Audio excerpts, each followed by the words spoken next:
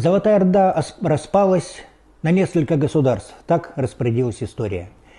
И получилось так, что Ногайская Орда была, во-первых, самым обширным государством из наследных вот этих осколков и самым многолюдным одно время.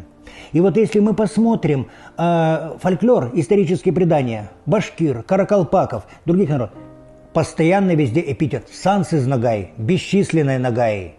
Ну, по очень приблизительным подсчетам, которые я провел, на апогей могущества население Ногайской Орды могло доходить до 1 миллиона человек.